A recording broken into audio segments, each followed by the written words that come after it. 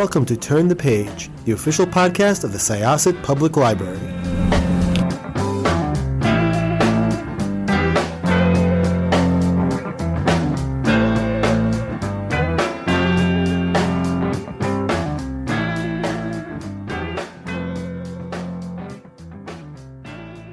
Welcome to Syosset Library's Turn the Page podcast. My name is Jessica. I am your host today, and I am really excited to be chatting with one of our own Syosset High School students who has started his own nonprofit about a very important topic. So I invite you to introduce yourself and tell us about your organization. Of course. Thank you so much for having me, by the way. My name is Krishiv Shah.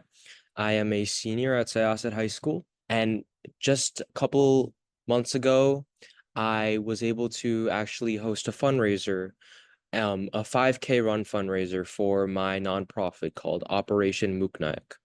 And this organization aims to serve the underprivileged communities of India, especially the Dalit population of India. So in India, there has been a caste system that has been rigid for decades and centuries. And I really found it really like, I just, took note of the fact that for so many years, this population at the bottom, called the Dalit population or the untouchable population, they've been discriminated against for centuries.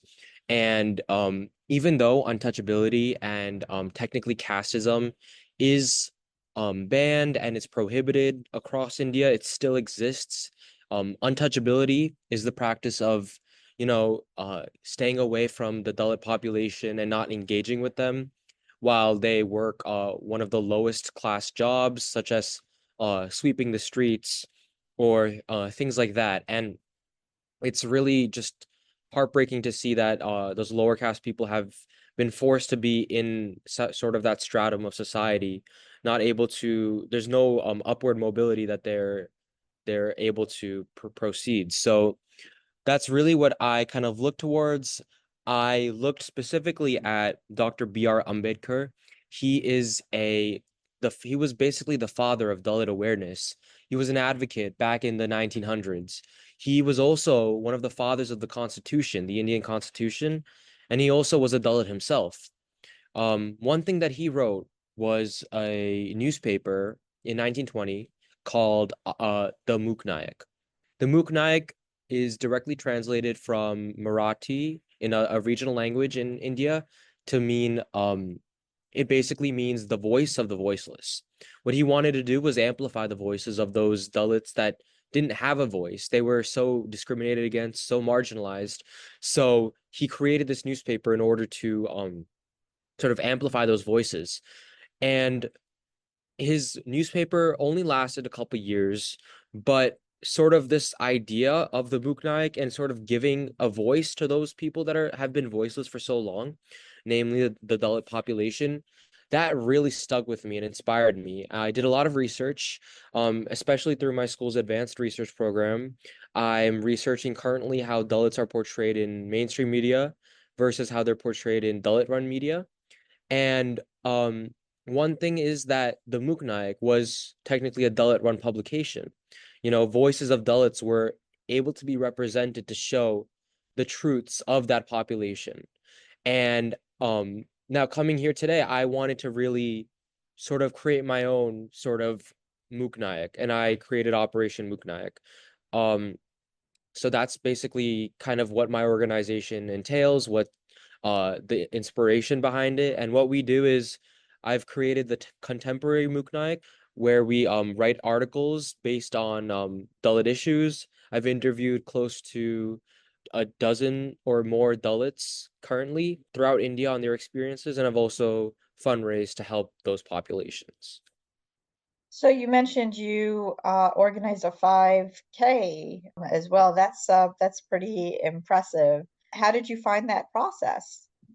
So I organized a 5K in late August, and what I wanted to really do is, since I had partnered with a nonprofit called Dalit Solidarity, what I wanted to do was raise funds that would be sent to this organization And then this organization is creating schools in southern India, and they're providing money for Dalit widows and children. So I really wanted to contribute to that, and I had created articles on the contemporary Mooknayak. I had showcased my research on this population, but now I wanted to tangibly, sort of impact these populations in a positive way. And I decided, financially impacting them would be the best option. So I organized a fundraiser. I had people from all across Long Island, even in New Jersey. They came. Mostly I gained support from the Indian population because they know about this caste system. Some of them have experienced it firsthand. And here in the US, it's not really talked about as much. And it's, a lot of being the son of immigrants, when they come to a new country, they sort of leave those kind of practices behind, and they don't, since it's a new society, it's not really fully integrated into the society. But, I think it's still important to realize that where we came from, it still exists. And, the Dalit population is close to 200 million Dalits in India, over over 20% of the population in India. So I wanted to, just bring light to that those situations of those Dalits, because I don't think it should be ignored, especially coming to the US. So I organized a 5K fundraiser to sort of, first I wanted to, like, the Indian American community in Long Island and beyond. I wanted to talk to them. I wanted to have a forum to be able to talk to them about these issues, especially one in person. So at the Bethpage State Park, we hosted a fundraiser, my organization, and we just the first thing that I did was explain to people, especially since there were people that were not Indian and that did not, were not as familiar with this. So I wanted to explain to them what the caste system is and why those at the bottom of the caste system face so many injustices and discrimination, and why that needs to be highlighted. And then we set up a 5K course at Bethpage State Park. We had over 15 volunteers come and manage the donations. There was a fee to be paid that would be all proceeds went straight to those Dalits in India, in specifically the state called Tamil Nadu, which is in South India. But on top of, the donations, on top of the regular proceeds we also had many generous donations for the company and for the nonprofit that really helped us. And from that event alone, we raised close to $3,000 to $5,000. And we've also had other events. Um, we talked to the Rotary Club at Jericho Sunrise, and I went and I talked to them about caste-based discrimination, and I received many donations from them too regarding this. I showed them, pictures of Dalits in India and what they're facing right now. And then upcoming, I'm also hosting a Garba night. So Garba is a Hindu festival of dancing. It's part of the Hindu festival called Navratri. So what I'm doing is actually Navratri just passed. It was the past 2 weeks, but I'm continuing it in November, where I'm hosting in a partnership with the Indian Cultural Club at my school. I'm hosting a fundraiser, a Garba night fundraiser, where we're inviting people from all over Long Island to not only celebrate their culture but also give back to the communities in India, the Dalit communities in India. So for those who are listening to the podcast, and as you say, you had mentioned there are people who came to the 5K who were not as familiar with the caste system. How would you describe it to listeners who may be in the same boat, and would be looking up your operation to join you in your efforts? Yeah, of course. So it's obviously not a topic that may be talked about as much, but I think that just sort of the first step is always to kind of gain knowledge on kind of what the system is. So the caste system, I would say it's divided into four categories. At the top, there are the Brahmins, who are the priests. Below that are the Kshatriyas, who are the warriors or kings in historical time periods. Then there's the Shudras, or then there's the Vaishyas first. The third category is the Vaishyas, who are the merchants or the traders. And then at the bottom is the Shudras. They are the, the peasants or those at the bottom. So those are the four categories which are associated with occupational status and economic status, but they're also just, deeply and rooted in religious practices because the Brahmins were the priests, they were considered the intellectuals, and they sort of, were at the top, where then it became the Kshatriyas, were the warriors, the Vaishyas, the merchants, and then the Shudras, who were the peasants. Now, these are the four categories, but the one category that my organization highlights are the Dalits. The Dalits are not, they don't even belong to these four categories. They're all the way at the bottom. They're not considered to be a part of the caste system. They're deemed as less than human. They're stripped away from all their autonomy, their human rights, and they're called basically untouchables. And so yeah, those are basically, I would say, the five stratums of caste. Technically four, but also including the Dalits, who are, um completely marginalized from the framework of the caste system. But some more things to note is that there are many, articles in the Constitution, the Indian Constitution, that, strictly prohibit untouchability or any casteist practices, but it still is very prevalent. Um, in Indian society, it's very rigid, the caste that you're born into. Um, it's not a specific thing where you can tell by the way someone looks is maybe a particular caste, but you can maybe tell through economic status, or you could tell through family name. And many times, even intermarriage between the two castes is strictly prohibited, or just looked down upon by many people in society. There's a conservative notion that, you have to stay within your caste and cannot, marry someone with the outside of the caste, or even socialize with people outside of your caste. Um, it's gotten better in recent years. I would say, there's definitely less of a notion that caste is very rigid, but it just still exists. And especially for the people that are at the bottom, it's very, very difficult. When you had mentioned that currently, obviously, it's in the Constitution that it is not legal to implement caste and to discriminate by caste. Obviously, there's a lot of things that are not legal and people do for various reasons. Still, when did that officially become adopted by the government? Just curious because, as you'd mentioned, like casteism is a centuries old practice. So I'm curious about, when this was sort of adopted and when the Indian government, when they had started really trying to put it on paper to prohibit this discrimination. So there are two main laws that I would look at when talking about this. The first was the articles in the Constitution in 1950, specifically Article 15. And basically, Article 15 prohibits discrimination on the basis of gender, of race, and caste is included in these provisions. So I think that's where it really starts. The fact that caste is included in those provisions to prohibit any discrimination on the grounds of caste.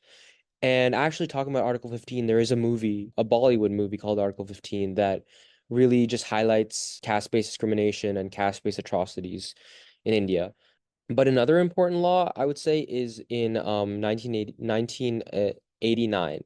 It's the Scheduled Castes and Tribes Prevention of Atrocities Act. And this scheduled caste is another way of saying Dalit. It's the government's way of saying Dalit. And scheduled tribes are just tribal populations in India. So this act in 1989 sort of furthers the ban on any sort of atrocities or discrimination specifically towards those groups, because the articles in the Constitution in 1950 sort of said prohibited discrimination on the grounds of those of caste, etc., but it had no specific delineation for the Dalits. But the 1989 provision does, where it talks about specifically the scheduled castes, who are the Dalits, and saying that atrocities or any sort of crimes towards those populations should be completely prohibited, and any discrimination should be prohibited. So, for those who want to know just sort of more about, your organization and how you help, and also I'm curious, before you had mentioned the difference between the mainstream media and Dalit media, where can people find some of that to see for themselves to sort of educate themselves a bit more? So I think the first stop that they should go to is my website, Operation Mooknayak, because what my website is really trying to show is us being based in the US. I want people to know more about caste-based discrimination and all of the implications behind it. So I've posted several articles about caste-based discrimination, and I showcase my original research as well, in addition to interviewing various people like Dalit activists. For example, I interviewed Dr. Pinky Hota, who is a researcher and a professor at Smith College. And she talked a lot about how she was researching caste. She wrote a book on Dalit discrimination and caste, and I sort of featured what her thoughts were, what her perspectives were. I also featured the perspectives of Dalit priests. There are many Dalits who are not, Hindu, who could be Muslim or Christian, and I wanted to, get the perspectives of those people because they are not only, in a largely Hindu country, there are different religions, so they could be discriminated for that. But on top of that, they're also of a lower caste.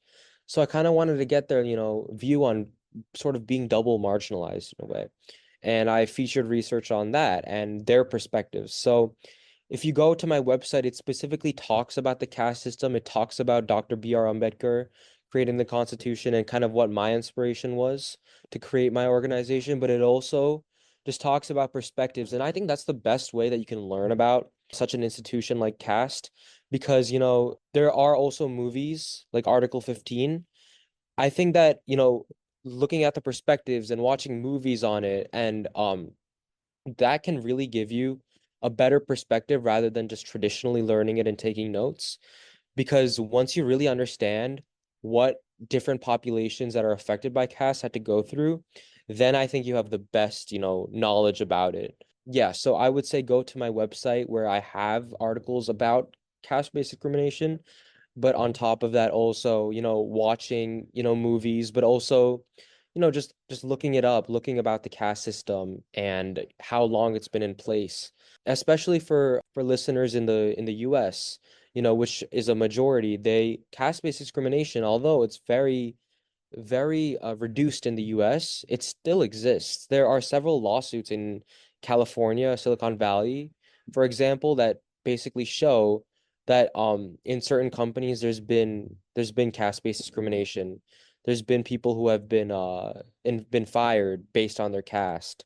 And I think that looking at that, seeing how caste can cross borders, how discrimination is not confined to just one country is also really important. Thank you so much. I appreciate it. Okay, so once again, this was Jessica from Syosset Libraries from the Page podcast. Our guest was, Krishiv Shah. and we are going to close this chapter. It's time to close this chapter of Turn the Page. Join us for the next episode.